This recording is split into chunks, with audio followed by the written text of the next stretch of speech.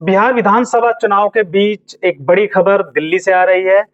आप सभी को पता है कि बिहार में इस समय चुनाव प्रचार जोरों पर है, क्योंकि बिहार में नवंबर के महीने में वोटिंग होने जा रही है। 6 नवंबर और 11 नवंबर 2 चरणों में होने वाली इस वोटिंग का जो जो डेट तय है वो 6 और 11 नवंबर है।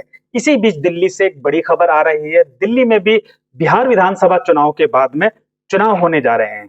जी हाँ, यह चुनाव इतने महत्वपूर्ण हैं कि इन चुनावों से ना सिर्फ दिल्ली की चुनी हुई सरकार रेखा गुप्ता पर फर्क पड़ सकता है, बल्कि एक तरह से पिछले 11 साल से दिल्ली की सत्ता पर काबिज रही आम आदमी पार्टी में दोबारा से जान फूंक सकती है, जान फूंक सकते हैं। वहीं दूसरी ओर कांग्रेस जो मात्र दिल्ली में जो विधानसभा में शून्य और दिल्ली नगर निगम में 8 सीटों पर है, वहां उसके लिए भी उम्मीद की किरण है।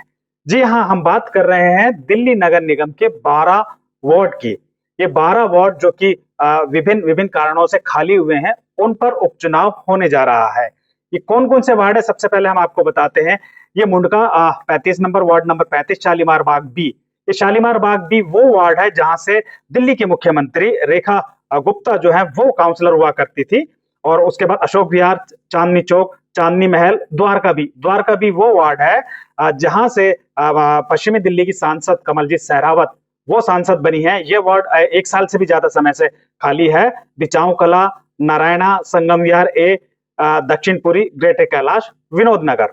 दरअसल इनमें दो दो वार्ड अगर हम बात करें शालीमार बाग बी की, तो वहां से रेखा गुप्ता मुख्यमंत्री बन चुकी हैं, विधायक बन चुकी हैं। और जो द्वारका बी सीट है वहां से कमलजीत सहरावत सांसद बन चुकी है। उसके अलावा जो बाकी की सीटें हैं उस पर बीजेपी और आम आदमी पार्टी के जो काउंसलर थे वो विधायक बन चुके, जिनके कारण ये सीट खाली हुई थी। अब इन चुनाव परिणामों का क्या असर होगा उस पर हम चर्चा कर लेते हैं। दरअसल अगर हम बात करें इन 12 सीटों की, तो अगर विधानसभा चुनाव जो अगर हम बात करें अप्रैल के माह में दिल्ली नगर निगम का जो महापौर है वो चुना गया था। दरअसल उस महापौर जब चुना गया उससे पहले जो आम आदमी पार्टी की सरकार दिल्ली नगर निगम में हुआ करती थी, लेकिन अचानक कुछ कुछ काउंसलरों का बीजेपी की तरफ जाने के बाद, क्योंकि दिल्ली नगर निगम में जनप्रतिनिधि कानून जो है वो एक तरह से लागू नहीं होता, उसमें सदस्यता नहीं जाती, तो कोई भी काउंसलर जो है इधर से उधर चुनाव में होते रहते हैं। तो जो अगर हम उस समय के चुनाव की बात करें, महापौर चुनाव की बात करें, तो उस समय बीजेपी के पास जो थे वो 117 पार्षद थे, और वहीं आम आदमी पार्टी के पास 113 पार्षद थे, और कांग्रेस के पास 8 निगम पार्षद थे। तो अगर हम इन 12 सीटों का चुनाव परिणाम पर चर्चा करें, तो अगर ये 12 सीटें आम आदमी पार्टी जीतने में कामयाब हो जाती है, तो वो एक बार फिर निगम की सत्ता पर काबिज हो सकती है। ये एक बहुत बड़ी बात है, क्योंकि दिल्ली नगर निगम की जो सत्ता एक तरह से हम कहें कि आम आदमी पार्टी के पास थी, 2.5 साल तक उन्होंने शासन किया, उसके बाद अचानक बीजेपी के पास चली गई। जबकि कोई चुनाव नहीं हुआ, चुनाव के समय बीजेपी आम आदमी पार्टी के पास में अच्छा खासा बहुमत था, लेकिन क्योंकि दिल्ली नगर निगम में दल बदल कानून नहीं लगता है, इसलिए काउंसलर इधर से उधर हो जाते हैं। अब हम इन 12 सीटों की बात करें, तो इन 12 सीटों पर अगर आम आदमी पार्टी जीत दर्ज कर लेती है, तो दिल्ली नगर निगम में एक बार फिर आम आदमी पार्टी सत्ता में आ जाएगी। हालांकि दिल्ली नगर निगम के चुनाव में सांसद और विधायक भी वोटिंग करते हैं। वहीं उसके अलावा जो है अगर हम बात करें कि चुनाव के डेट की, तो जो इलेक्शन कमीशन है, जो स्टेट इलेक्शन कमीशन है, उसने अधिसूचना जारी कर दी है। उसके मुताबिक 3 नवंबर से जो है वो नोटिफिकेशन जारी हो जाएगा। Last date of nomination file वो है 10 नवंबर, और डेट ऑफ स्क्रूटनी वो है 12 नवंबर, और last date of withdrawal of nomination वो है 15 नवंबर। और डेट ऑफ पोल की अगर हम बात करें, चुनाव की बात करें, तो 30 नवंबर को इन सीटों पर वोट डाले जाएंगे।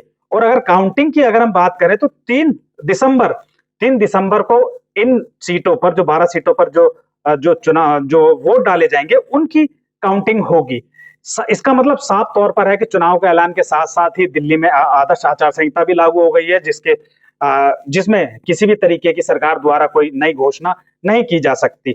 वहीं सबसे बड़ी अगर हम बात करें इन चुनाव को लेकर, तो ये चुनाव दिल्ली की राजनीति पर एक बड़ा असर डाल सकते हैं, क्योंकि अभी दिल्ली में जो बीजेपी की सरकार बनी है, रेखा गुप्ता के नेतृत्व में सरकार बनी है, उस सरकार को 6 से 7 महीने अभी हुए हैं, और ऐसे में अगर इन 12 सीटों पर आम आदमी पार्टी जीत कर दर्ज कर लेती है, या 12 में से बहुत अधिक सीटों पर जीत दर्ज कर लेती है, तो एक तरीके से ये रेखा गुप्ता सरकार के खिलाफ ये मामला जाएगा, ये मैसेज जाएगा कि रेखा गुप्ता सरकार से लोग नाराज हैं। तो इसलिए ना सिर्फ बीजेपी बल्कि आम आदमी पार्टी भी इन सीटों को जीतने पर बहुत अधिक मेहनत करेगी। वहीं बीजेपी इन सीटों को 12 की 12 सीटों को जीतकर ये संदेश देना चाहेगी कि जो दिल्ली में पिछले 25 से 30 साल के बीच, जो 30 साल के बाद जो बीजेपी की सरकार बनी है, उससे दिल्ली की जनता खुश है। वहीं कांग्रेस के लिए एक मौका है कि जो उसके पास 8 काउंसलर हैं, वो 8 काउंसलर से उसकी गिनती बढ़ाए और वो एक बार फिर ये साबित करे कि दिल्ली में जो मुख्य मुकाबला है वो बीजेपी और कांग्रेस के बीच ही है।